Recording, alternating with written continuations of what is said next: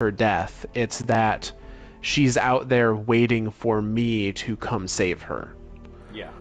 That becomes his new purpose in life, is to find and save his sister. Does it become his new desire?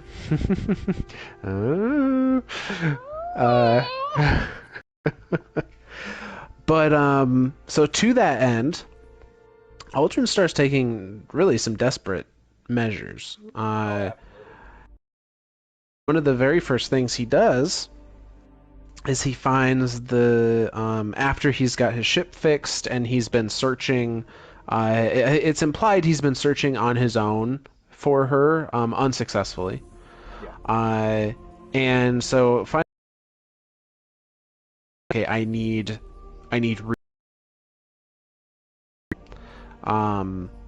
And so what he does is he goes to the House of Kings, the fallen House of Kings, which every time Aldrin or Crow has an interaction with the fallen, it loops me back to that line from Mara about like you have truly now found your people.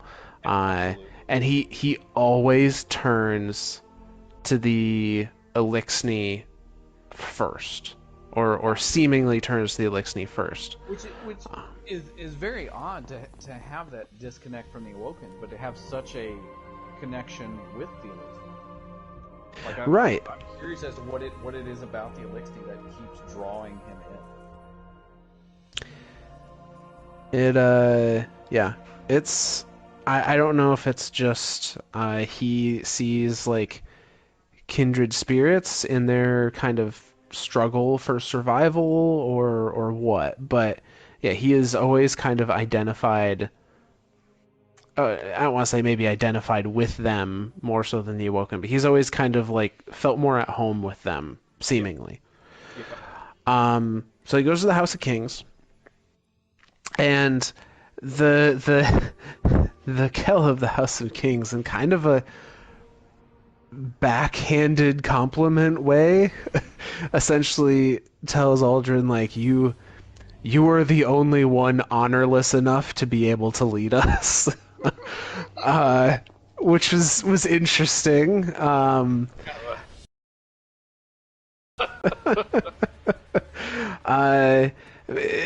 reasoning that the Kell gave, and the he didn't want. He wanted Aldrin to unite all fallen houses, essentially saying, every house has its own rules and its own grudges and its own politics. You are ruthless enough and disconnected enough from the interpoliticking of the Elixni culture to serve as a leader for all of them. Yep. And that's more or less what he does, or what he attempts to do. And so he leads the kings and gathers up other fallen houses. And if I remember correctly, this is the beginning of the House of Dusk. I think so. I believe that's what this grouping of fallen houses becomes, is they all form under a single banner, which is House of Dusk. And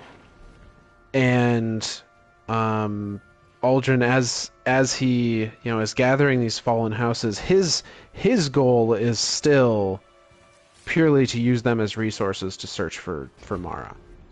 Yep. His goal is still just to use them as a means to an end. And even while he's going out and gathering these fallen and using them to perform searches, he's still like, she's always at the forefront of his motivations. There's a passage here. He says, he feels her in his heart. She is still out there. She needs him more than ever. In the pit of his suffering, her voice came clearly to him, like the way she once appeared to him while he was being beaten to a pulp in a 0G brawl. She is out there waiting for him, and everything will be all right. He will be there for her. It will be all right. So he's The reference to the 0G brawl is all the way back to their pre-Awoken days. So he still has all those memories. Like he still knows, their relationship all the way back to because that was something that we never mentioned before, and I'm kind of amazed we missed it in all these talks. Back on the Exodus Green, there was an underground fight club. yeah. And Uldren was kind of a badass in there. A little bit. And would kick some ass every Tuesday night type thing, like bring it on all comers, like ha ha ha. That loops back to he identified himself by what he could live through, and in a lot of those fights, it wasn't even that he won necessarily because he was, stronger and burlier. It was mostly because he could just take more hits than they could. Yeah. Like he would be a mess at the end, but he'd still be the last one standing. And I don't know if that's like a tolerance for pain thing or just a right? Like it could be either way. Yeah.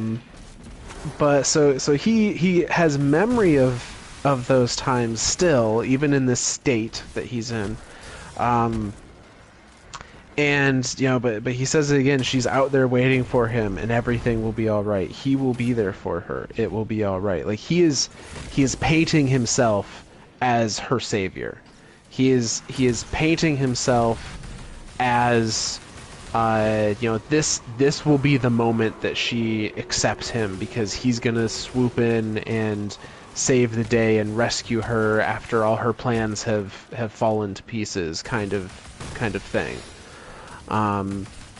Which unfortunately for him is not true at all. So in the process of his search, he has been tearing the reef apart with these fallen houses that are now under him.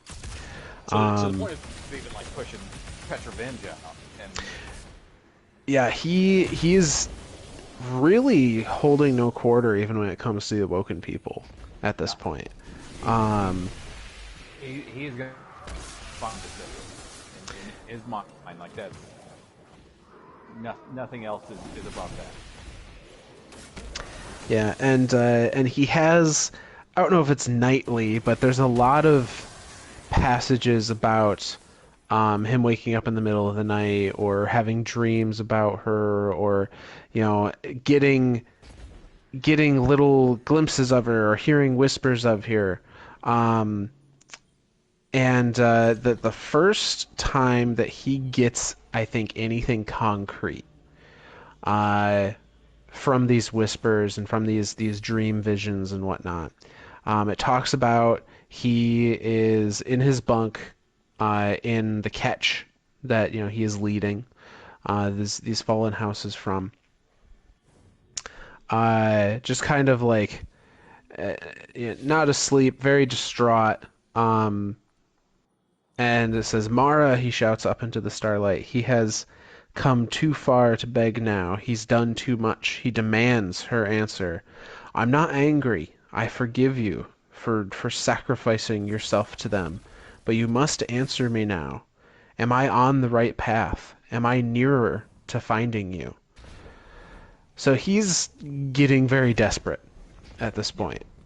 He's like, I've been combing the reef. I've been tearing it apart. I have the Elixni at my beck and call to help me, and still I'm finding nothing. Give me a sign, essentially, is kind of where he's at.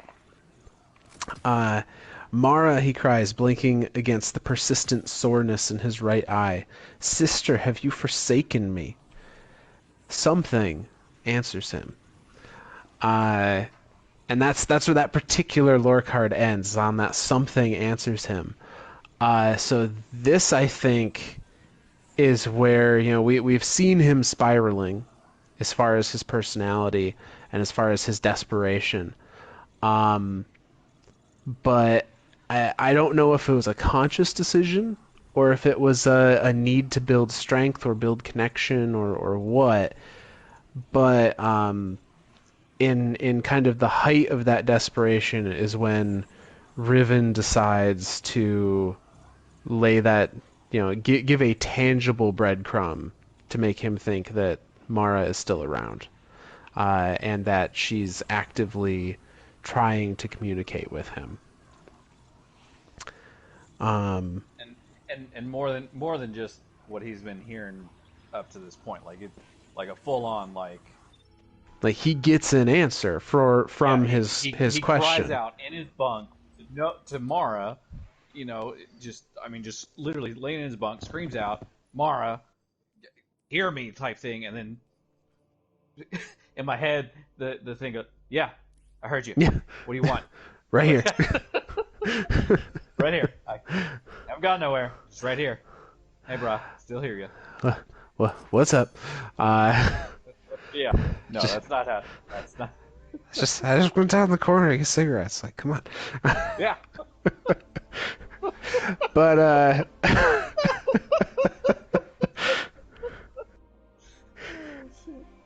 but so he gets a response. He finally gets a response, and he follows kind of this voice, this whisper on the wind that is answering him, and the voice leads him to eventually to come upon the body of a recently dead Archon. He well, I'll just read this passage because it says a lot. Was he dead or is he? He was. I think when Aldrin found him, he was mortally wounded and was dying. Yeah. It is implied, if I recall correctly, and we'll see here. Go ahead and read it. Yeah. So he finds this Archon. He triages the Archon's wounds. Mortal. The victim is shaking now, trembling under Aldrin's hands. He wants so badly to do something, anything, to ease the poor soldier's passing. To have the power, some say his sister had, to save people just by proximity. Does he wish it? Does he wish to save this poor thing? He does. He does. His eyes burn. That real quick. Does he wish it? Does he wish it? Does he wish to save this poor thing? He does. He does. In this excitement. Oh, a wish. A desire. A feeding. Mm-hmm. Very, very much Riven at play here, which is interesting considering the result we get. So, his eyes burn with sympathetic tears as he works to bind the Archon's wounds. His hands are quick and gentle, and he weeps with the strength of his hatred for the Guardians that did this. As tears stain the Archon's wounds, the ether rolling through Aldrin's fingers slowly grows heavier, darker, more noxious. He does not notice. Finally, he leans back to smear his knuckles across his eyes. Sore. They're always so sore. Under the unmarked helmet, 4 dead eyes, open in wonder. So this is the rebirth of Fikrul, the fanatic. And not like there's so much in this. So the first one that comes to me obviously is wish magic. Boom, straight up, instantaneous wish magic right there. The next thing that comes to me is the ether becoming more noxious. So this is literally the creation of dark ether. Yes. And what I find incredibly fascinating about this, so his eyes burn with sympathetic tears as he works to bind the Archon's wounds. He weeps with the strength of his hatred for the Guardians that did this. So he is literally crying over the body of this Archon.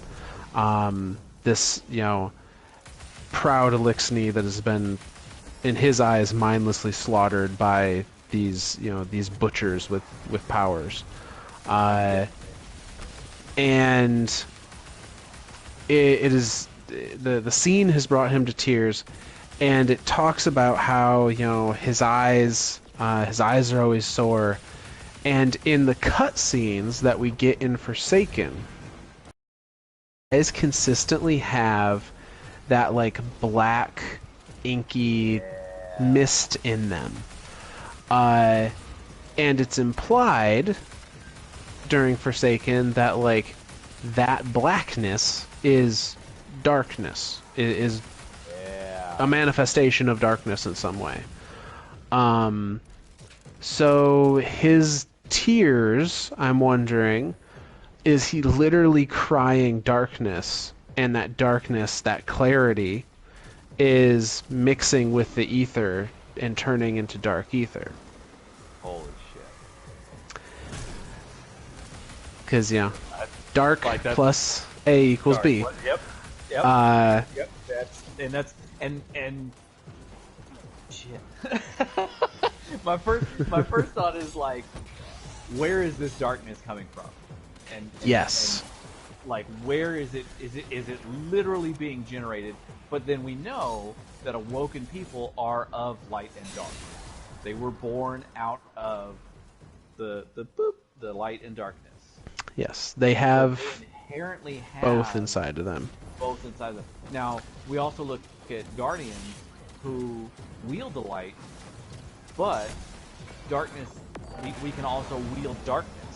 And we don't need any type of tool or anything to do that, because the scene where our Guardians with Aramis, and she's freezing us, and we pull out our shard, and she snatches it from us and shatters it, and then we hear the voice of Elsie, like in our mind, look within, and then you channel it and you shatter everything, and now you're wielding stasis without any help from anything. So I'm curious if the Awoken are the only people not born of light and dark, or if light and dark just literally reside in everything, and we just have to figure out how to access it. Yeah, it's interesting, because if we look at the Aramis example, I don't know if you've noticed in any of the cutscenes or have had reason to pay attention. Aramis also, and I think all of her lieutenants, use shards of darkness to use stasis. So they are not inherently wielding it, naturally. And we know that the splicers didn't inherently wield light. Yep. They had to have the splicer gauntlet to wield it, to channel it, to do something with it. But that's where I'm curious, as is that what the Traveler found in us, the Guardian? Someone that could wield both light and dark just by sheer force of will, like not needing any type of tool or interface device to access these paracausal abilities, but to just wield them. More and more, I think that's the case. I think, when the Traveler left the Elixni during the whirlwind, their collapse, I'm thinking now it wasn't necessarily because it went, oh shit, darkness is here, I'm gonna run. I don't think it was necessarily out of fear so much as it was out of like the realization that the civilization it was watching over could not use its abilities, could not use its power to the fullest extent. Like it may have known that Elixni are not compatible in the same way that humanity is to have light or dark inside of them. They have to have something that allows them to use it, that it flows through outside of themselves. Yep. Which makes me kind of sad, because it means we may never see Elixni Guardians. We'll never get an Elixni to play us. If that is the direction they're going. But from a storytelling point of view, it would make sense why it ran. It left the Elixni because it knew that there would be no way for them to truly use its powers. And it stayed with humanity, to the point of severe injury to itself, because it saw that capability, maybe. But yeah, it's all theory.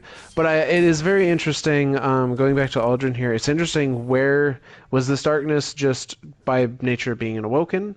I kind of lean towards maybe, but not entirely, because specific mention of this is true. They all started as humans. But I'm leaning towards Riven having something to do with this, not only because of the wish, but also because of making very specific mention of his eyes being sore, his eyes continuing, to bother him, and the darkness residing in his eyes in all of the cutscenes, and like that is not a feature of the Awoken. And at this point in time, as far as Riven and the Awoken City, Riven's been taken. Oh yes, yeah, like, no, she's taken quite some time ago. Yep, like when Oryx extended his throne world in, and the Techians opened their portal to escape, to call themselves back to the Dreaming City. That was that instance where where his Ascendant Realm extended into the Dreaming City for just.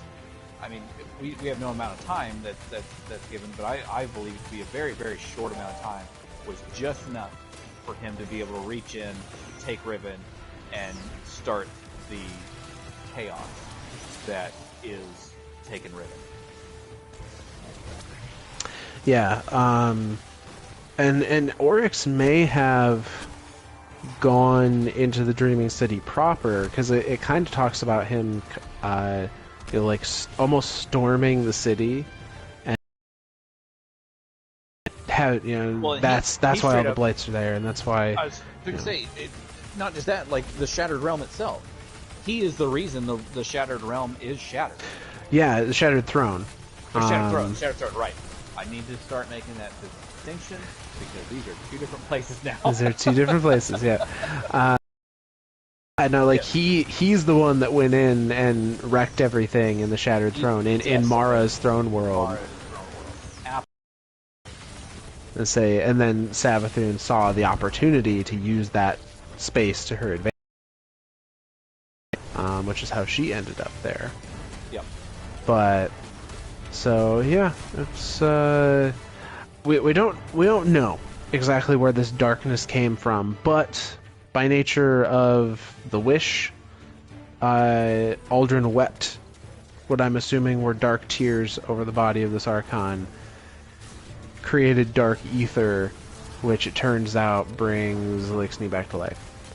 Dead Elixni back to life. As the Scorn. And the first one was this Archon, was Fikrul, the Fanatic, who we all kill in strikes over.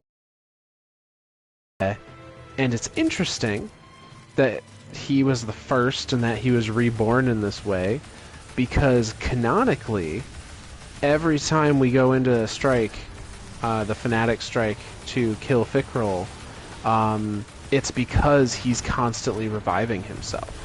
Yeah. He does not have a ghost. He doesn't, like, something about the dark ether that he has is self-rejuvenating or okay. Something. Here's a we've always talked about ghosts and the light being all about resurrection. This is the one time that darkness is about resurrection. Not even a high. And I say this is the one time. The entire race of Scorn is this way, because even on the Glycon, every time they got killed, dark ether would just seep back into him, make him right back to life. You hope I'll trust her? Well, and there's experiments later on that we'll talk about a little bit where they take dead Elixni bodies and feed it dark ether, and they come back alive as Scorn. So this is the I don't want to say the one time, but this is where it has me slightly questioning resurrection being tied solely to light. It could also that could also give us some credence to maybe Nokris's necromancy is not of the light. Maybe it is also a form of dark resurrection. Because in some ways the hive that he brought back were similar. Nokris and his necromancy. Like, we still don't know anything about the necromancy. We don't know how. We really don't. We don't know how it works. We don't know anything. Anything about it. Like, we don't even have a. Is it light? Is it dark? Is it hive? Is it magic? Is it corruption? What is it? Like, we don't even know. All we know is it's a heresy, and the entire memory of Nokris was wiped from the hive people. Yep. But yeah. It's yeah, so I think, I don't know, maybe there's a little more to Dark Resurrection than we know. However, I will say a constant theme of the quote-unquote Dark Resurrections thus far seems to be, well, I say of Dark Resurrection, of light as well, seems to be a loss of self. Because, you know, when Scorn are brought back to life, they're more or less mindless things, with the exception of Fickrell and the Barons. But everything else are just kind of animalistic in a lot of ways. Same thing with the Resurrected Hive that Nokris brings back with necromancy during the, I forget the name of the strike, but where he's the strike boss on Mars. Right. It's always they're like, you know, they're kind of feral in some ways. Yes. Because they, like, even in that strike, they are more aggressive than any other hive. Like, I mean, hive are normally pretty aggressive creatures, especially in the way of Thrall and Curse Thrall. But like, even in that one, like the knights, the acolytes, they are very, like, they don't stick to their normal tactics of, like, you know, duck behind cover and shoot a few rounds or something like that. They are constantly shooting at you that entire strike. They have no I don't want to say it's no fear of death, but that's almost what it seems like. It's just no fear of death. Yeah.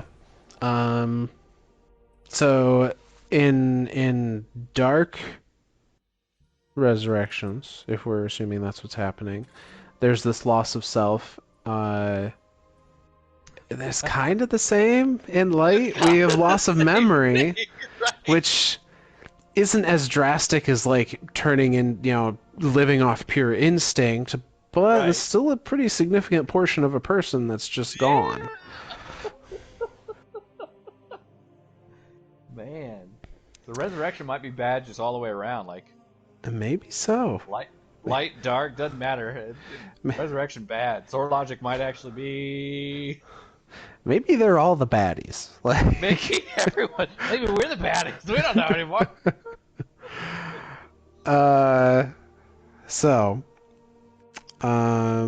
Yeah. So this is what brings Fickrell the Fanatic to life. Aldrin has another desire after this revival. He desires to keep the Awoken safe. And in his twisted way of thinking about that, he decides, well, secrets are always safe. And I almost read this passage as, like, he's kind of gone a little manic in some ways. I think by this point in time, I don't want to say he's completely lost his mind, but he's completely lost his mind. Like he's almost to the point of, and we talked about that earlier too, about how he's, you know, it's reverse, what do we call it? Reverse griefing. Mm-hmm. Like now he's moving into the manic stage of like just complete and utter chaos. Yeah, so remember, up until this point, this is a man that has been patrolling the reef with a bunch of space pirates, essentially, fallen, tearing it apart, searching for his dead sister, not caring who gets in his way, awoken or otherwise. And now after he's been doing that for some time, he like has this epiphany. He leaps to his feet. Yes, he wants something again. Wants more than to lie here numbly. He wants to show his face to his awoken people. He wants the fanfare played at his welcome. He wants to make a speech accepting the kingship. He wants to terrify and stir his people with the ferocity of his need to save Mara. The Awoken have survived so much. He will tell them that they do not need to survive anymore, that the end is coming, the end of the long plan. So he starts... This whole passage starts in one direction and ends in another. and that whole thing started off of a single line of "Come home, it's time to come home and take your crown," which is that's literally Riven telling him, "Get your ass back here." Yeah, like come back to the Dreaming City. Come back to the Dreaming City. Definitely need need something out of you. Nice. So it's interesting. There's two, I don't want to say juxtapositioned ideas here, but his leaps in logic to get from point A to point B are, you know, understandably disturbing. So he has the desire, keep the Awoken safe like secrets. And the way that he seems to internalize that to himself is the way to keep the Awoken secret is to stop them from existing. is to It's a bit of a stretch. just a little. Kind of keep them safe. Nobody could kill them after he's killed all of them. Right? But he describes this like, you know, this, in my head I see it as like this big parade, and you know, this big like the prince has come home and is being crowned the new king, and makes this huge speech about, I will save, you know, our queen, I will find Mara, and he says the Awoken have survived so much, he will tell them that they do not need to survive anymore, that the end is coming, the end of the long plan. He has seemed to latch onto this idea that Mara's master plan involves the end of the Awoken race. To kill everyone. Maybe not necessarily to kill, Just to end all of them. I guess maybe in his twisted logic, he identifies that Mara, like, relied on and, you know, wielded secrets, essentially. Like, she wielded mystery in her ruling, and in his twisted head, he has decided that the ultimate secret, the ultimate, you know, mystery would be the mystery of the Awoken people after they no longer exist. That is brilliant. That is literally brilliant. That is like, that's next level mystery shit, but at the same time, I mean, what greater secret than that of a dead people? Like, I mean, we even we as kind of stepping out of the game for a bit. We as humans, when we look at prior society, we still have very, very little knowledge of things like of like the Incas, the Mayans. There's so many races and cultures that ancient cultures, ancient races that we have nothing to even go off of, and it's interesting to me to think of the Awoken like that too, of you know, if I can create this ultimate secret, because obviously, like you said, Mara loves a good secret, and that ultimate secret is, you know, the mystery of the Awoken, like, and it's funny too, because even we as Guardians, when Uldren had ambushed the one and kidnapped Savin and brought Savin back, and Savin was like, we've heard tales of the Awoken, and so I mean even then they're already kind of creating their own little mysteriousness about themselves. And for Uldren to come back with like this, like, oh well, if I just kill them all, like, that's the ultimate mystery. No one will ever find out anything about us. Exactly. So with this in his head, with this in his mind, he orders the Elixni under his care to go to the Vestian outpost. Strong word there. Care is a strong word. Under his command, I suppose. He orders them, you know, let's fly on the Vestian outpost, which is the seat of power for the Awoken in the Reef. That's actually where we go as Guardians in D1. That's that reef area, that public space there. That is the Vestian outpost. Yeah. So, he,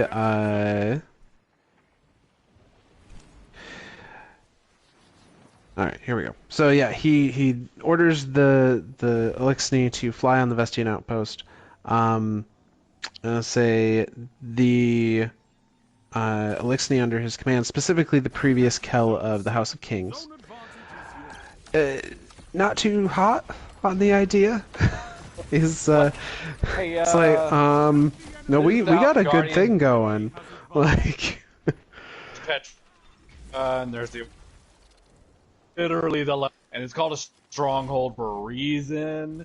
Maybe reason. So you know, maybe we keep doing the space pirate thing that's been working real well for us, and like, yeah. Uldren not very happy to hear this. His internal monologue is insubordination. She would never have tolerated this. Uldren says, careful to keep his voice light. Yes, of course. The itch in his eyes resume, and he discovers that he has a new desire, a new thing he fiercely wants. So this is just a buffet now for Riven. Yeah. Like, Uldren has turned into a full court, like, 60-course buffet meal, like, oh, you want this now, huh? Oh, you want this? Oh, alright, I can take a snack now. He is just unabashedly desiring the world in various ways. Anything. I want this, I want that, desire this, desire that. Wish? Okay, sure, boom. Yeah, sure. And so he has this interaction with the Kell of Kings and Kell of House Kings, and pretty shortly after that, he goes and speaks to Fikrul, who has, from the sound, they don't say specifically, but it sounds like Fikrul's kind of joined the crew, is very loyal to Uldren, but is around as a presence within this Elixni force. And Uldren speaks to Fikrul about the future he wants for the Awoken. They can all die. They can die for all I care, he says, with a viciousness he never expected of himself.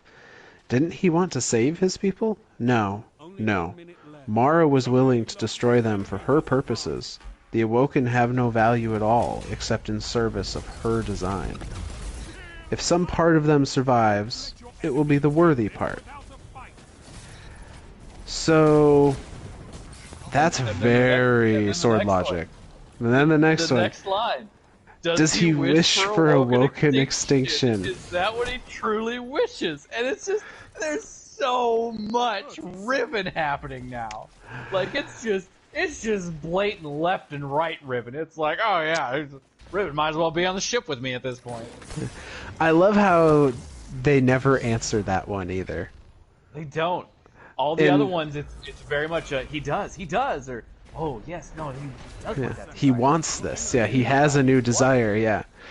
And this one it asks. There's no answer.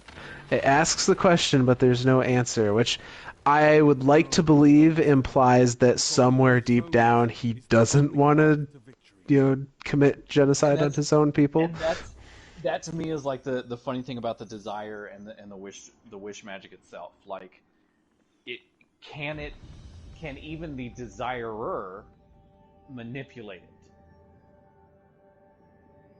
Like, is it something that even as the person that is desiring something, have the desire and then have a manipulation on the desire to a point where it turns the desire sideways? I think so, because I think that's the entire premise of the wish wall.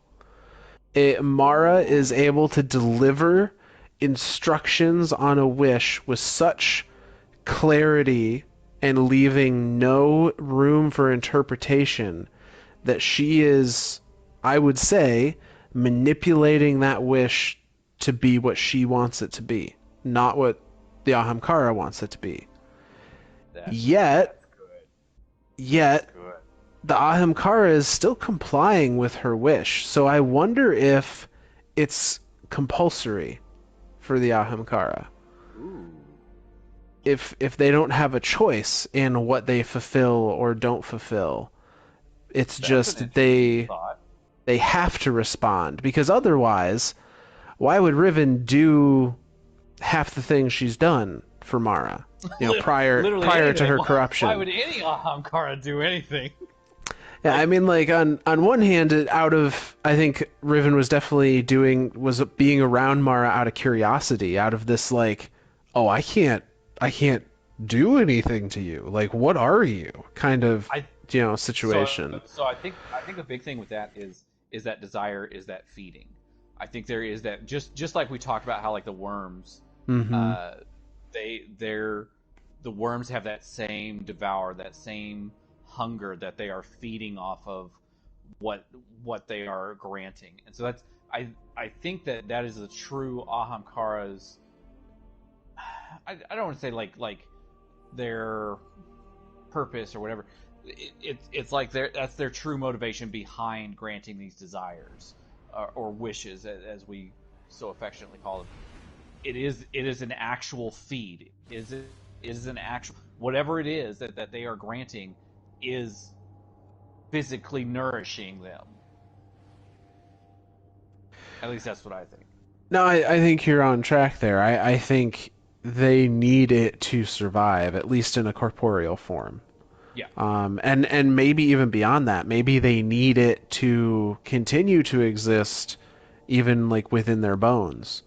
And that, because we know. We don't know how corporeal an Ahamkara is, or even a worm is. Right. Like, well, we know they can change shapes, because you have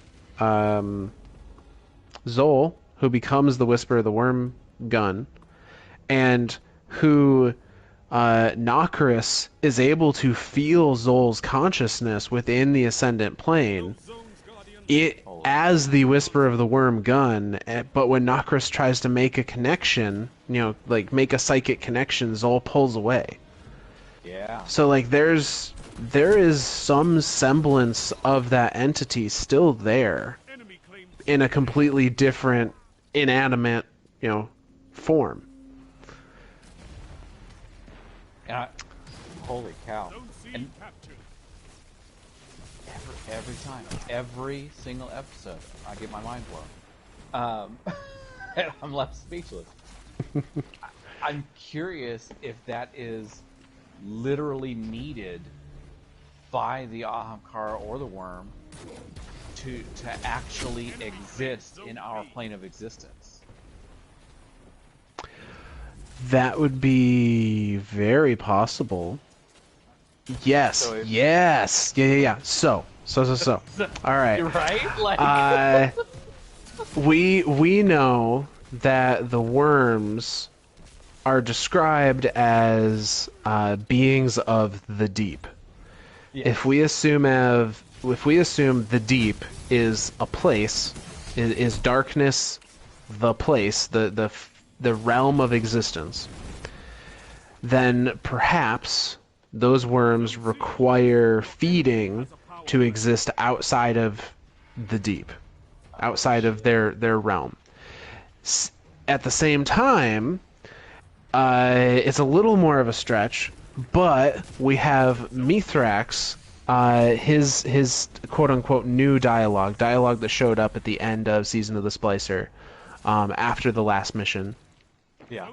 where he is mentioning Skira as a and he's talking about it in a legend sense, the same way that we would talk about minotaurs and goblins and dragons from the medieval ages kind of thing. But he's referring to Skira as a thing of I believe he refers to it as a flying beast. Very reminiscent of a dragon, if I recall correctly. But he says that Skira used to be things of nightmares that used to take their nightmares, their fears, and turn them real. But that when the Traveler came, the Elixni just stopped believing in the Skira, and by proxy, the Skira disappeared. Holy shit. So Holy shit. on one hand, I wonder, Skira could have been Ahamkara feeding off of, but we've never seen Ahamkara feed off fear per se, but it's not beyond the realm of possibility. We know that they feed off the desire. The desire itself is that to me is that feed. Yes. The worms feeding is oh god, we've talked about it before and I'm drawing a blank again. But the worms have a feeding off of different aspects. So it's off of a tithe of some sort. Yeah. Yep. So like for Oryx, it was knowledge. He literally had to keep consuming knowledge to keep his worm fit. For Savathun, it's the trickery, it's the deception, it's the the ignorance of others. Ignorance. Yeah. Yes. And so we know that each of those worms have some sort of feeding to them, whereas the Ahamkara, all of them seem to feed off of desire specifically. Every time a feeding is mentioned for an Ahamkara, it is literally they see that want, they see that desire, and they just start like basically foaming at the mouth, like, oh my god, I gotta feed. And so like that's it. If and this is I'm gonna try to draw like a conclusion here, but or a connection here, whatever you want to call it. If that fear, like we know, at least I feel, fear has some sort of desire with it. Like typically, it's a desire to end the fear. Now, how that desire is interpreted by the Ahamkara would be up to the Ahamkara. And that to me is desire for safety. Yeah. Desire for safety, desire for existence, desire for whatever. It's just a desire. The Ahamkara itself doesn't give a shit what you're desiring. It sees the desire, feeds. It makes it happen. with its little monkey fist paw thing, magic shit. Go, like that's yeah. So here's the little. Oh my god, so okay, if they disappeared and ceased to exist, that implies that the light is a place. Mm-hmm. So we have the deep as the location or a plane and of existence. We have the deep and we have the sky. Get the fuck out of here. All the way back in Fundament, they called the Traveler a servant of the sky. Get the fuck out of here. Dude, we've got... Alright. We are so off track. Completely derail completely now. Like, the train is upside down and driving on the ceiling now. That's what's happening.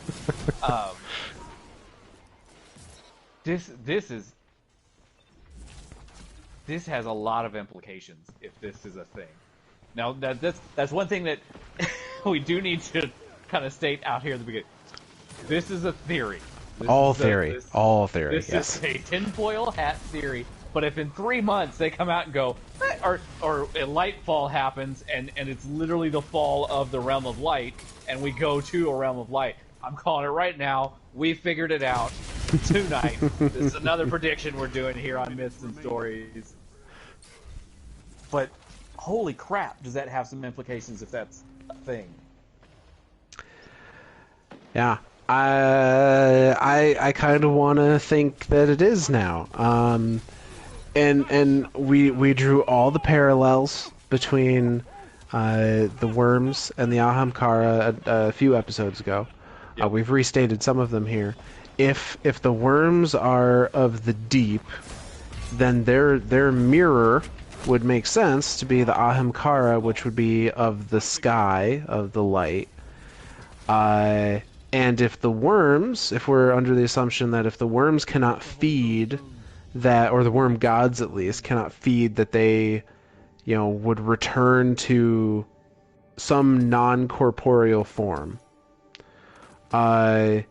Ahamkara, in a very similar sense, if they could not feed, or when their corporeal form is killed, they also return to some kind of non-corporeal form, which we know. We have examples of both with the Whisper of the Worm gun, as well as the Touch of Malice being Oryx doing the same exact thing.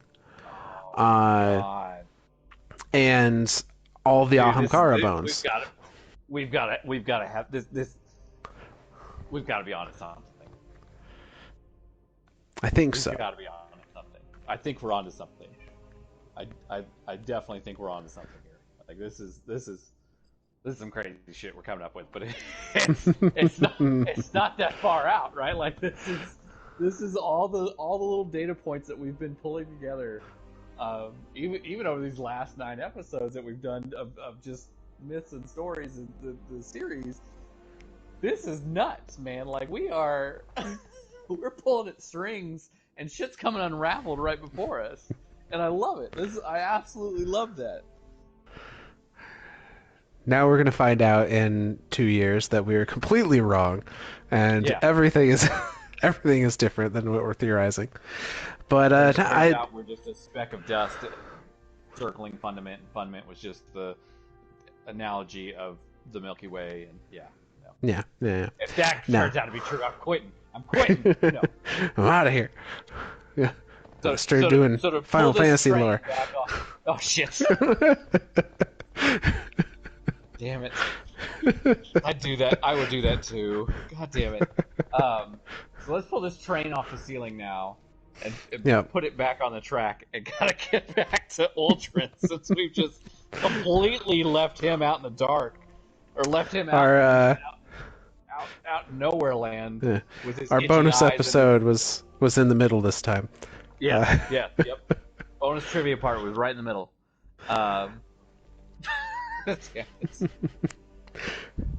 So Aldrin and his itchy eyes and his want and his desires and wishing for Awoken extinction, but that not truly what he wishes. Not having an answer for that. He tells Fickle that they have work to do. Yeah, he says, we have work to do. He tells Fickle, the House of Kings has become inconvenient to my plans. I wish to, he wags his knife, divest. So he has essentially given Fickle permission to kill off anyone in the House of Kings that's going to get in their way. From driving straight at the Vestian outpost. Which Fickle proceeds to do. Essentially, yeah. He makes anyone that will not subjugate to Aldrin is killed, and in many cases is then revived with Dark Ether to become a Scorn. Yep. So through one way or another, Aldrin has gathered his army, essentially, or is in the process of gathering his army. Now it's unclear exactly when this bit happens. It chronologically in the lore cards, it happens after, as Fickle is taking care of things for Aldrin. But it seems odd. Yeah, it seems odd that it would happen at this point. So I'm not real sure. This might have happened earlier, and it just tells us about it now. But essentially, Aldrin tracks down the Techians, the surviving Techians, in his search for Mara, believing that they have something to do with her whereabouts. So admit it. Admit that you trapped my sister in the Dreaming City. I did not, Ilyn says. She is not trapped, Aldrin. She is dead. Aldrin knows the truth now, and he wants things to be right. He wants it so fiercely that he knows nothing he does in pursuit of this want can be wrong. Which lies, he spits, venomous. She is alive. Ilyn measures him in silence for a while. Then, we knew you would come, she tells him with quiet, calm defiance. You're lost, Aldrin. Broken concern and tender care he has always wanted from her. So, he's tracked down the Techians, thinking that they are preventing him from seeing Mara, that they have imprisoned her in the Dreaming City. With some sort of Techian magic. Right. Or what he believes is some sort of Techian magic. And he is so convinced of this, and he wants it so fiercely that he knows nothing he does in pursuit of this want can be wrong. He is justified everything to himself on such a dangerous level that he believes himself correct no matter what he does at this point. Yeah. And I thought this was interesting, the wording here, because we have seen this word so much now, looking at Aldrin and Mara, way before this season ever happened. They say, you are lost, Aldrin. Consistently, we see that come up in relation to Mara and Aldrin. And I think more so Aldrin than Mara. But always that they are lost, that, you know, that they are searching for something, or they're aspiring for something, but they have lost their way. And it seems very fitting that the season of the Lost is when we are starting to see, you know, them become, you know, front and center characters. I feel like there's... I think some shit is gonna go down this season that is gonna be game breaking. I feel. I definitely get the feeling that Season of the Lost because they use that word so much in relation to these two, that there is a lot more to this season's name than just finding some quote-unquote lost Techians. Or even when we talked about Shiraido, how her final entry was betrayed. That she's lost. Fell, draw loosed, fell, lost. Like yeah. not dead, but the fact that it says lost, and in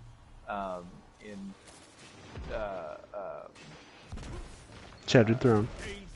Well, not in Shattered Throne. Not in Shattered Throne. The way that it's printed in the oh, 9. Yes. Right. Yeah. So in the speech of the 9, like and even the 9 are kind of. I mean, we could say they're lost. We really still don't have any clue anything about the 9. Like we know Mara's had some interaction with them, and we know that. I think the 9 are just so far. They are beings so different from our reality that communication, let alone understanding, is difficult to say the least. Yeah. Yeah. The whole thing with this being season lost, and we keep seeing that word lost a lot. There's so much that I think is going to come out of this season. That is. Yeah. We're barely scratching the surface, and we're only in week 4 of the season. Very long season. Very long season. There's still plenty of surprises to come. Oh, there is. Yes. We'll talk a little bit about that season, the current season as well as some of the previous seasons here. Just touch on a little bit. But so after Uldren has this confrontation with Ilian, where he essentially takes her denial as proof that he's right. He is so delusional at this point, that he makes a decision to turn himself in. It's interesting because we don't see a record of a battle or of. It's so weird. Like it's it's just suddenly he's being escorted off a ship. Yep. It's so because he even comes to Petra, and there's a I know there's a scene where he's kind of like whispering to Petra from the shadows, and she like turns and he's gone already, and like there's so much that is just he's lost it. He is completely 100% lost, and I don't think of it so much as lost his will or anything like that. He's lost his mind. His mind is genuinely gone by now. Yeah, he is so. The only thing that exists for him is this delusional search for his sister, to be her savior, and he has literal visions of her, via Riven. But this is where it started as whispers, and then it turned into actual like a voice calling him, and now he's seeing representations of her out of the corner of his eye, and they're very intentionally manipulative representations. At the edge of sight, Mara watches him with all the heartbroken concern and tender care he has always wanted from her. Like, Riven knows what his desire is to receive familial love and affection from his sister, and so she's playing into that. But regardless, he ends up captured in ways that are unknown. I'm thinking this was intentional, that he turned himself in intentionally. Absolutely. Well, because the very last line of that particular lore card is that evening he surrenders himself to the Reef. Yes. And so the first bit of this lore card, they take him in with a full strike team, and one of the snipers, joining Aldrin and his jailers at the extraction point, looks him full in the eyes, like he's asking a question. A tall man with a long rifle, narrow, intelligent eyes, handsome. Is he... Did Aldrin want something from him once? Something important? So this is Joel. That's Joel. That's 100% Joel. Like, the long rifle, everything about it, like, that's Joel seeing essentially what his brother, what he'd considered his brother, gone. Yeah. And solidified further by the fact that this being told from Aldrin's point of view, Aldrin doesn't recognize who this is. Doesn't have a clue who it is. Complete and utter, just no idea. So he's so far gone he cannot recognize his brother in arms essentially, and it all literally tore through the entire Black Garden together. Like yeah, they used to be we talked about this last episode. They used to be sniper friends. They very, very close friends, very, very connected, and now he's just. It's just a escort in the jail. Phase him, like just another escort. So it's also worth mentioning that at this point in time, and I think this is probably the main reason why Aldrin allowed himself to be captured, all the barons from Forsaken are already imprisoned in the Prison of Elders at the time that Aldrin is captured, with the exception of Fickrell. And that was something that Cade and Petra did. They had hunted them down. And hunted them down and captured all of them, brought them all to the Prison of Elders, locked them up, because the Prison of Elders is very much that. It is a literal prison in the Reef. In D1 it was we got to visit it as we kill Skolos there. We fight Taken there. I mean, there's so much that happens in the Prison of Elders back in D1, and this like the area they're even bringing them to in the Prison of Elders is like the highest security, like what we would consider like Alcatraz Island type thing. Which is the very, very lowest level of the Prison of Elders. Yeah, so they've been, here for an unknown amount of time, but Aldrin seemingly knows that these barons are here, and I am pretty confident that he's planning on breaking them out in some fashion. And that's why he allowed himself to be captured. And I don't know if it was part of his plan or not, but Varix actually is the one that makes this prison break possible. Yep. Varix is allowed, or is convinced to allow a prison break via visions of the prophecy of Kell of Kells. I was trying to decipher Varix's logic here. He believes it's his duty to align the Elixni people using dark ether. So at this point in time, he is of House Judgment, right? Right. He's still, the House Judgment representative on the Reef, but same that he was in D1. But not Kell of House of Judgment. No, I think he's just a scribe at this point. He's just a scribe. Okay. So I'm not sure what Varix's motivations were, to be honest.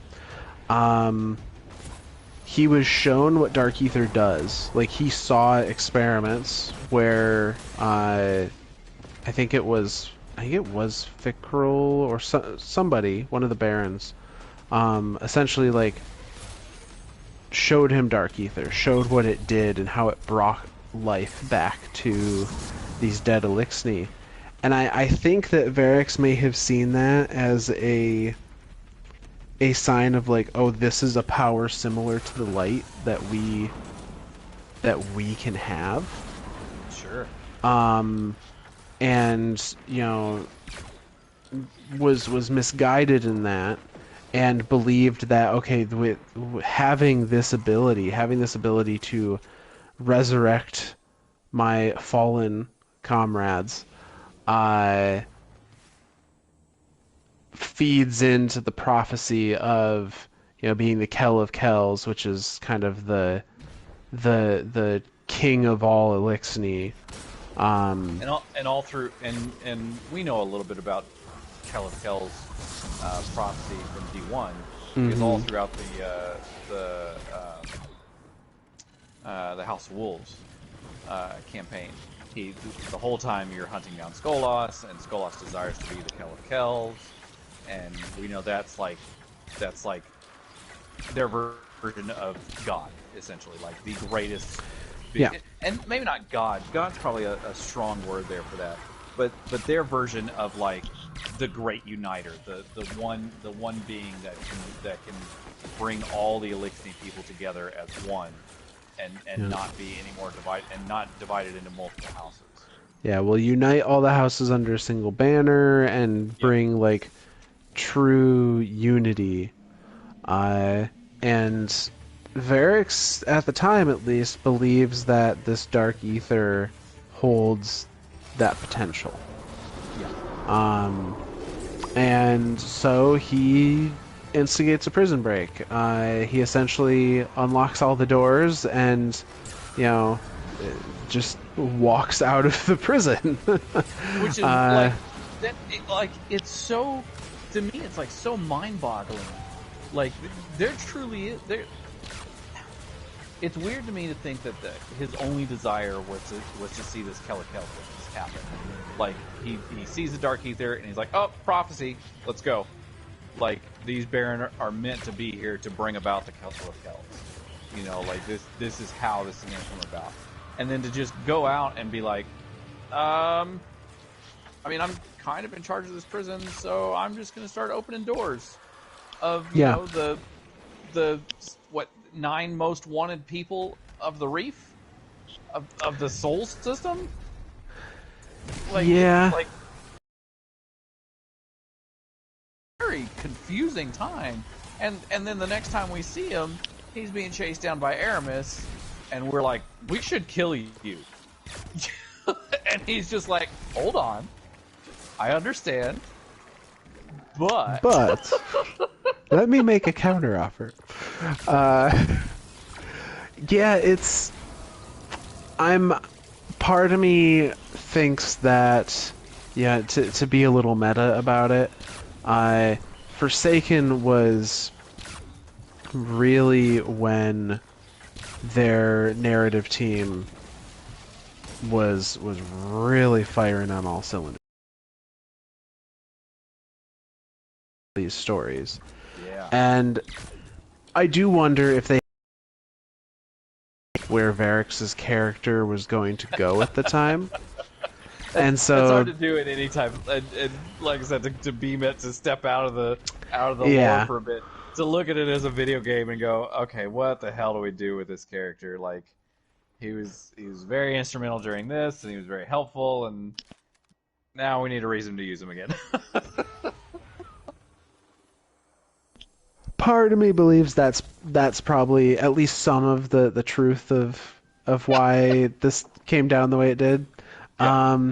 My headcanon, though, to make up for that, is gonna be that you know, by nature of Riven's wish magic, it made these events unfold. Wish magic. Wish magic. Wish magic fixes all inconsistencies. I do like this theory. If only Star Wars had Ahamkara. Ooh, right? No. This is Destiny podcast. We're staying in Destiny.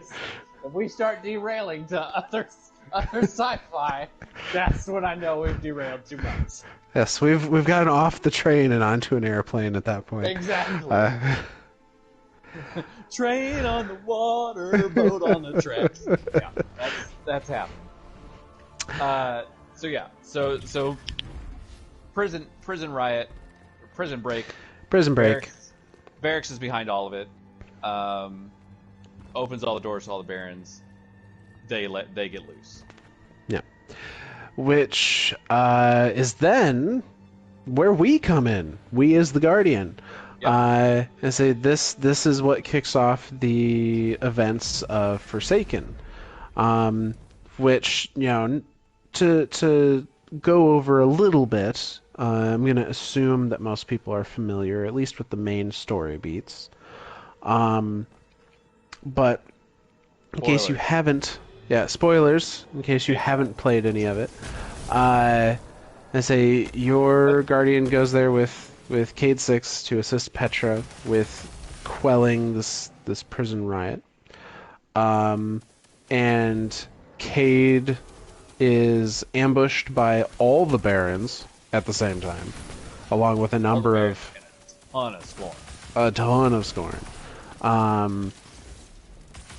And it's probably one of the most emotional scenes in Destiny. Like, definitely one of the beginning of Destiny 2's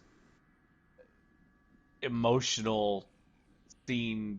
Yes. Badassery of like, every time my wife sees this scene, she's in tears because you know what's happening, you know what's about to happen here, and they've got each one of the barons are there, and even the statue that I have is of Cade's last moments, where he's got Ace out in his hand and he's firing off shots, he's hand fanning shots off with it, and underneath him is a plate with a dead Scorn underneath it, and he's fighting them off, and he starts to go golden gun at one point, and they take him down and start beating the crap out of him, and he jumps up and blade barrages everything, and then he's like, all right, now I'm pissed, and then it goes into the whole thing of he's going and fighting, he finally gets to the point where he's beat down, and he finally pulls out Sundance, his ghost, and that's when it happens. He says, little help here, buddy, and Sundance appears, and the rifleman shoots Sundance dead.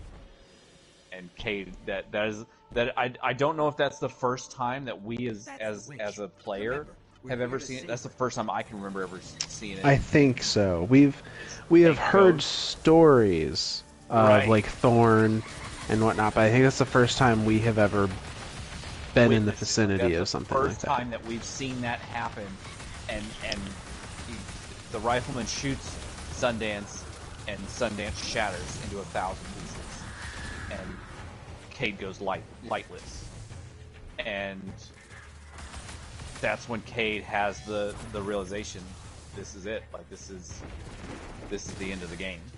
Like, this is the end of the road for him, essentially. Like, he knows at that moment that's the all right, I'm coming home, Ace, and he looks at Ace of Spades' gun and holds it up one last time to shoot off a round, and the next thing we see, he's got a big old hole in his chest that Uldren has put there. Yeah, and so we come upon this scene as Uldren is kind of fleeing the scene of the crime, Ace of Spades in his hand as he does it, and Cade's final moments play out, and our Guardian is left with the self-proclaimed mission of vengeance. Well, and it's so, like, because the next scene is you're back in the tower. Ikora's there, Zavala's there, and Ikora's like, I want every hunter, every titan, every warlock to storm the reef, and we are going to kill and murder everything that moves. And Zavala's like, no. And Ikora's like, what? You what now? And so then our Guardian's like, nope, I got this. And thus begins the vengeance quest of killing every single Baron. So, I want to talk about this a little bit. This scene, as well as the theme of Forsaken.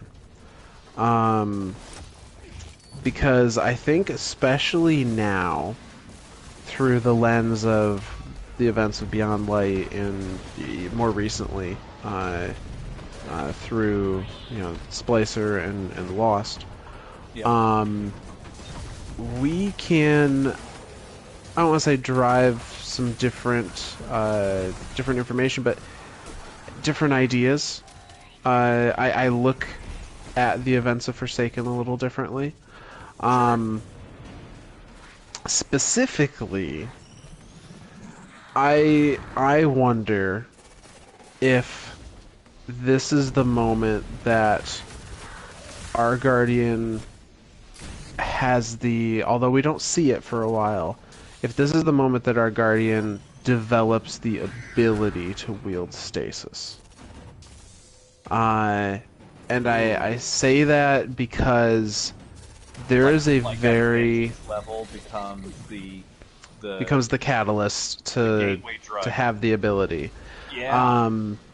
Because the lore around so up until this point, our Guardian has been very much like lawful good, if we're gonna use those references. Yeah. Has been very like, I am a servant of the light, I defeat enemies of humanity and servants of the dark, that I am good, they are evil, that is how things are. Yep. And with the introduction of Forsaken, and I think, as much shit as he got for it at the time, both in-game as well as in the community, Zavala says the line, "We are guardians, we are not conquerors." And I feel like that statement has only grown more powerful over time. Yeah. Especially given the events of Season of the Chosen and all of that. Love him or hate him, Zavala has always had this stance of, and even Amanda Holiday echoes the same sentiment when she's talking to Saladin during Season of the Chosen. Guardians guard. He is very much of the mindset that, and I think, we don't know Zavala's age, but I believe he is pre-city, so He's got to be free everything, though. So probably, well, this is true. But like his age is Guardian. I mean, right. How long has he been a Guardian? Right. Yeah, his resurrection was pre-city because in his little cinematic, he's literally building the city walls. Wall of the city, yeah.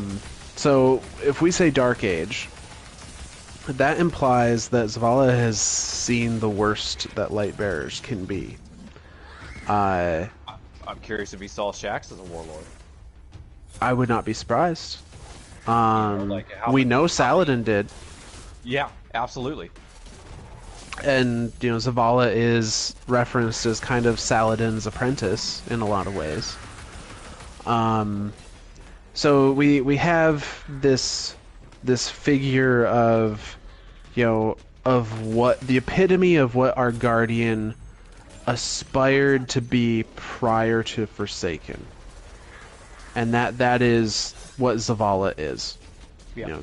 Guardians guard, we are not conquerors. We are defenders of those that cannot defend themselves. And our Guardian, speaking for the first time in many years, it's like D1. makes a very clear message that no, I will avenge this person. I will right what I see as a personal wrong. And I feel like, and a lot of the lore of Forsaken kind of makes reference to this, like, our guardians, although seemingly have steered a little more towards neutral, have steered a little more towards the gray area, they were not in a good spot mentally. No.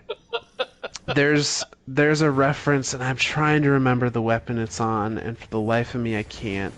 But there's a reference in the Forsaken lore where our ghost is kind of monologuing in the lore card, and it's about all the things that Ghost wishes they could tell us. Yeah. And it mentions, like, I wish I could tell you that, that sometimes I don't recognize you anymore, that sometimes you scare me. I wish that I could tell you that, that that I love you, that our ghost, like, is fearful for what we're becoming. And all of this, our guardian vows vengeance on Aldrin for the death of Cade, proceeds to just cut a path of bodies to these barons, these fallen Scorn barons, to end them without prejudice, in pursuit of Aldrin, and to then find him, understand that they may not have understood that he was being manipulated the entire time at that moment, but they understood that there was more going on than what was originally thought. Yeah.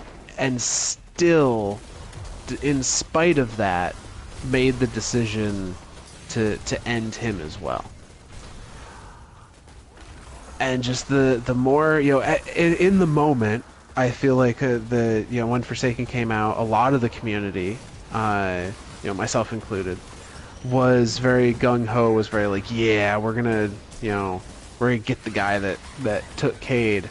Yeah. But looking back on it now, is like, we were kind of fucked up. Yeah. Like, and like genuinely in a very, very bad space. Yeah. And it I just feel like, because immediately after that we start getting we get Shadowkeep, and the darkness is given a physical form in the pyramid ships. Yeah. And then Beyond Light, I don't know that our characters could have ever turned into what they have currently, wielding both and having control over both. If control's a strong word there. Okay, being able to wield both. But I don't know that they would have ever progressed to that point if they had stayed that stoic, that very lawful good. Yeah. So. No, I think you're right. I think the only way that we as Guardians could even come close to wielding the darkness is by going into that gray area, going into that maybe a little. I don't want to call it chaotic good, because I don't feel like it's that far, but because like when I think of people as far as that chart, like I look at the Drifter, and to me he's chaotic neutral. Yeah. Like he at first I thought, no, he's chaotic evil. No. He truly is chaotic neutral. It's just, whatever the fuck happens. Like it's. Yeah. He's got his backup plans to get himself the heck out of there if he can, but doesn't matter if those plans are good, bad, up, down, left, right. Doesn't matter. As long as his survival continues. he constantly mentions, the light and dark they're the same thing. There's no difference. Like throughout the prophecy dungeon, he has many dialogues of, light, dark, heaven, hell. It's all the same. It's all just what side of the coin are you on type thing. And it's interesting to me to think of it that way, and for then us as guardians to be able to use darkness, to be able to wield darkness as a tool, as I don't want to say as effortlessly as we do, but I mean realistically as effortlessly as we do. I mean, compared to everything else that exists, Aramis, the Elixni, they needed something to allow them to wield it. The only other things now, which is a fairly recent development, that can wield stasis naturally are the Hive and the Scorn, both of which are inhabited with some form of darkness, be it through dark ether or through their worm. And yes, we had the one instance in the lore cards where they mentioned the word stasis in relation to the Tech Witch's ritual. And we don't know what that, like, to us as the reader, we're like, oh my god, the Tech Witch is using stasis! Ah! but it may not be as direct as that. Like, right. It may not be a power of darkness, like there could be many things that could mean. Like it could literally just mean like a stasis was the secret passcode that broke their concentration, like that. Anything like that could easily be put in there. But I like to think of it as, they used a little bit of stasis to back the hell out, And we say the Awoken are of light and dark. Yep. So it would certainly be within the realm of possibility. No, it's guaranteed that the Awoken have had access to stasis well before we have, by nature of Agur's scepter. Oh shit.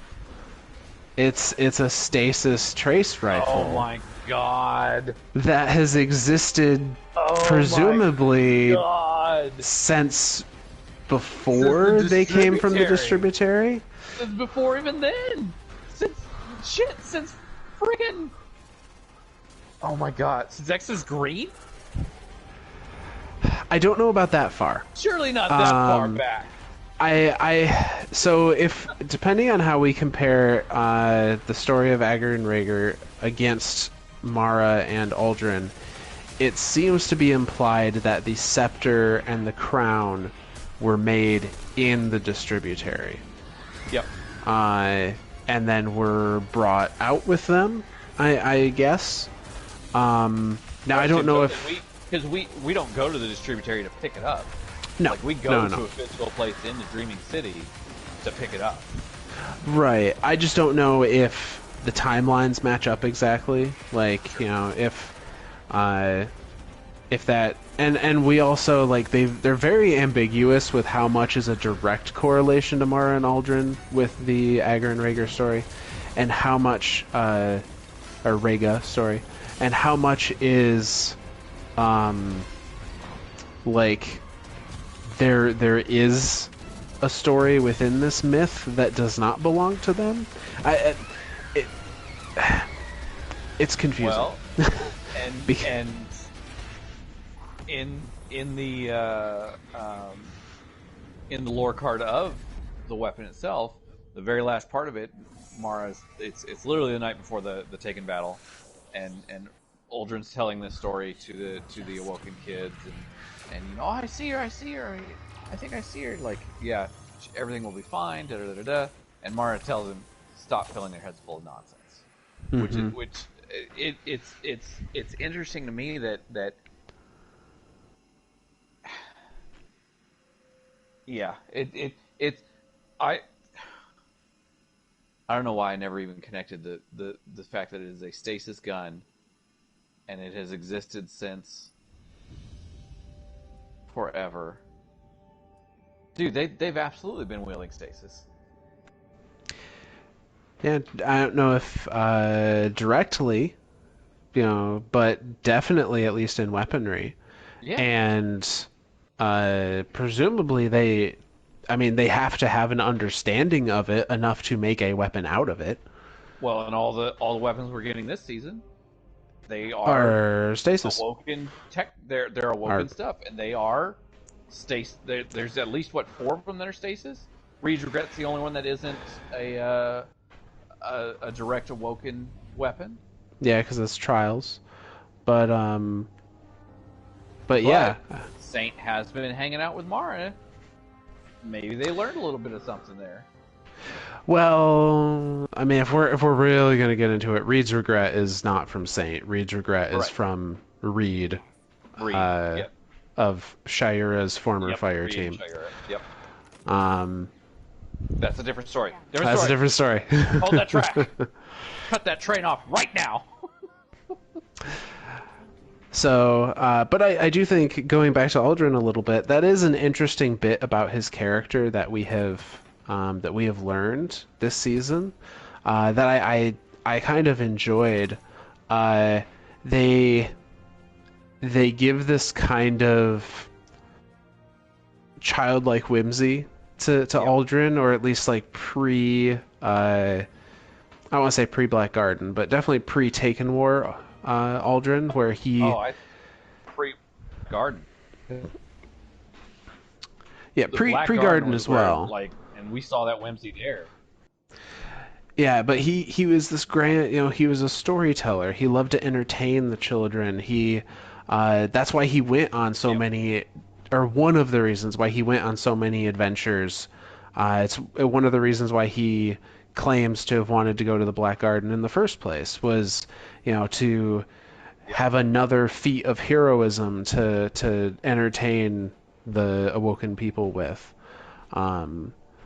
So I feel like, as much as he delighted in being in the spotlight, he also liked the ability to tell those stories to the next generations, and pass on some of their Awoken history and culture in that manner. Absolutely. So that's as far as Aldrin's story, then we've kind of come to the point where he dies. Yeah, that's we fulfill our I say we fulfill our mission, our personal vengeance mission, our creed. We go hunting after him, and he goes into the Dreaming City, and this whole time, he's seeing the visions from Mara, and free me, do it, brother, free me, set me free, and he finally he ends up getting a shard of the Traveler, so he's got a little bit of light, and he holds that up to the whatever the gateway is there, the vault gateway or whatever it is, that leads into the Last Wish raid, essentially the vault of Riven, and you see the darkness being channeled from, like, by this time his eyes are full darkness. Darkness is pouring out of every orifice. Like his skin is crawling with darkness. It's all that, and all of that pours through his eyes, through the crystal, into the portal there, and he sees a vision of Mara coming out and embracing his arms with hers, and when he opens his eyes, all that darkness is gone, and it is we talked about it. The meatball. It's the meatball, but it had a name, and I can't remember. Yeah, what was it? It was like the Envoy of Riven? Envoy of Riven, maybe? Let's look. Let's look here. Where's the meatball from? I'm learning Envoy of Riven is from a different game, somewhat competitive to Destiny, called Warframe. Lord knows a crossover event happened there. Yep. Let's look here. So searching Riven Meatball Destiny 2 got me my results. Really? It Nice. did. It is the Chimera voice of Riven. voice of Riven. Voice of Riven. So that's like, so he doesn't actually get to set her free. He just essentially sets her voice free and allows her voice to flow out of the vault, like through to everyone. So now just instead of Riven speaking to him, now it's speaking to everyone. And in that scene, the meatball devours him. Yep. Tentacles and all. And then, of course, we swoop in. We defeat the voice of Riven, which has a lot. I mean, we're bouncing back and forth between the Ascendant Plane and the Dreaming City, and defeating Taken, and you know, we're really all over the place in there. Get to the final scene. Petra joins us. We stare down Uldren. Screen goes black. Gunshot. Yep. So Uldren is killed, whether it be by us or by Petra. That is left up to us as the player. Now, I'm sure at some point in time, we will get a definitive answer of who pulled the trigger, and it could have been both of us at the exact same time. We don't know. I don't know if we ever will, to be honest. I don't truly think we will. We might, but I don't think we will. With everything that's happening between Petra and the Crow right now, it's very hard to make any type of definitive answers there. Yeah, and it's always fun to so when this scene came out, people were so enamored with who pulled the trigger, because they intentionally left it ambiguous. This was like the new Who Shot JR of Destiny, right? Like, this was the big, well, who done it? So I remember people taking the audio clips from that scene and like putting them in a spectrogram and going, oh no, there's two gunshots. They both did it. Who knows? Ultimate conspiracy theory. Who shot Uldren Sov? Yeah, so so now at this point in time, the Awoken are without anyone. Like, there's no, like, Petra's, I guess, the closest you come to as a leading force. Yeah, she takes over as Queen's Regent at this point. So not only is she Queen's Wrath, she is also Queen's Regent. Because she never assigns a wrath to herself, does she? No. So she never assumes. She's given the opportunity, but she never assumes queenhood herself. Right. So she leads us into the Dreaming City.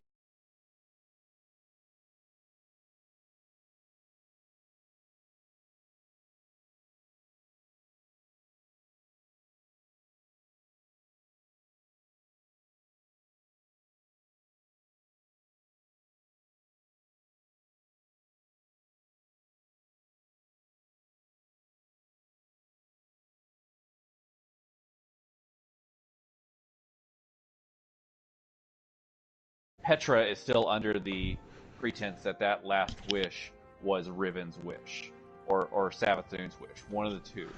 Yeah. And like, we as the Guardian, like, that's another point of speculation too. Like, whose wish was it? We know, like, it's keep referenced as a she. We don't know if it was Riven's, if it was Mara's, if it was Petra's, if it was Savathun's, if it was, you know, we have no idea of knowing. But the next scene we see of Uldren is a little ghost called Pulled Pork, who has been searching and searching and searching and searching and searching to the point of hilarity. Like, you're never gonna, like, he starts scanning rocks, and they're like, "Wait, is your guardian gonna be inside the rock?" And he's like, "You never know. Gotta check." Pulled Pork comes across a corpse that's underneath a cloth, and does a little scanning thing, and then does a little res animation, and this corpse wakes up, and it's Uldren Sov. No, it's Crow. All right, you win that one. To us as the viewer, it's Uldren Sov. It's Uldren Sov. To the person that just got res, it's an I don't have a fucking clue what the hell just happened. What is going on? Who am I? What the shit is this? What is this floaty orb? Yeah. Which I think that's a good point to kind of wrap it up for at least this episode. Mm-hmm. There's still so much more. Like this is the beginning of Crow's story now. Like, Uldren Sov is dead, and throughout Crow's story, is mentioned. It is almost beat into us as a guard, as the player. Uldren Sov is dead. Uldren Sov is no more. The only person that exists in front of us when we are talking to this entity is the Crow, the Guardian. Until this season, where they seem bound and determined to make us wonder about all that. Change him the freak back, and I swear to God, if they change him back into Uldren, I'm a table flip something. Like, what the hell, Bungie? Pick a lane. Pick a friggin' lane, for the love of God. I mean, they're operating within the biases of the characters in the story. You know, everybody says no, this is Crow, Aldrin is gone, because that is the way it has been for every Guardian ever. Yep. But it's also taboo to even try to find out things about yourselves, about your past lives. Like, Zavala So continuously reprimanded Anna Bray every time she even mentioned wanting to find more parts of herself, and then when we find her at the heart of Rasputin, Zavala's there on the other side of the door, and she's like, "Oh, Daddy Zavala's here, and I'm gonna get in trouble." I'm grounded. Yeah, like it's very much like this is pure taboo to even look for your former life, and the only other I think the only person that we've ever come across ever that knows anything of their former life is Anna. Every EXO remembers their name. Oh shit. Uh, Why they are such and such 10. Micah 10. Fucking Yep. Cade 6. Damn it. Every EXO remembers their name. Nothing else. Is that all they remember? But their name. I'm curious if the name of the EXO is literally like printed somewhere on their body. Well, I don't think so, because that's not the way that lore card reads. We talked about it during our Penguin episode. Yep. But there is a lore card that states, I think Micah is the one that says it, that every Exo Guardian remembers their name the moment they wake up. They don't all use their real name, quote unquote real name, but every Exo remembers their name. So, and specifically their name plus their resurrections. Yeah, plus their number. So Micah knows that Micah is Micah 10, and now Micah may not have a full understanding of the EXO, because we don't know how much of the Deepstone Crypt and the entire EXO facility that Right. the Vanguard and Guardians have gone and explored and looked into. Because even we as the Guardian, when we go to the Deepstone Crypt raid, we just bring down the orbital state. We just bring down Morningstar. Yeah, Like, no, we don't explore the deep dark secrets. Crypt. Yeah, and then like I got a piece of dialogue the other day when we were running through. I was helping Silius and Superval through the Beyond Light stuff, and we went to that big the room where you fight the technocrat, and behind him is that what is it? It's like a walkway out to an orb, and then there's just stacks and stacks and stacks and servers. Oh, and yeah. Yep. I was curious as to what that room was, and Ghost actually he tells us. He says these are all the memories of every EXO ever, and he talks about, Cade 6 is probably somewhere in here, and it wouldn't be our Cade, it'd be a blank slate Cade. Right. And we know, and Ghost even says, rest in peace, buddy. Like, and honestly, that was kind of a hard scene for me to watch. Like even that dialogue was like when he was like, rest in peace, buddy. And it was like, aw, that's what Cade would have said to us. Like, oh, damn it. So we know that there is more to the EXO facility than just Deepstone Crypt itself. There's whole chunks of it that we get to visit as part of the Braytech facility on Europa. because the facility itself is never given a name, right? It's just we just No, know it's Clovis Bray's facility, his personal. Yeah, it's just Braytech or Braytech. Yep. Yeah. But it's interesting that the ghosts remember their name, or not the ghosts, the exos remember their name and their resurrections, specifically the name and number combo, but nothing else. Like nothing. Well, again, back to our Micah episode. Micah remembers bits and like she has visions and dreams of her parents, of her fathers. Right. She doesn't know who they are or what the relevance of those dreams are, but she has them, which means those images are in there somewhere. Which I'm curious if that is something inherent to the exo itself, or if that's something in like is it the mix of the radiolaria and darkness that flows through them? Is it like what is it that information? So bringing this back around to Aldrin to hopefully wrap stuff up. Yes. The one thing that, or I guess one thing that comes to mind that both Exos and Awoken have in common is that they both have dark. They're both inherently of the dark. So if having a portion of yourself be of the dark somehow lends to your ability to retain memories through resurrection of the light, maybe there's a chance Aldrin or Crow will remember Aldrin in some capacity. If that's the case, then Zavala would have the same, and like the Cryptarchs would all have the same, like.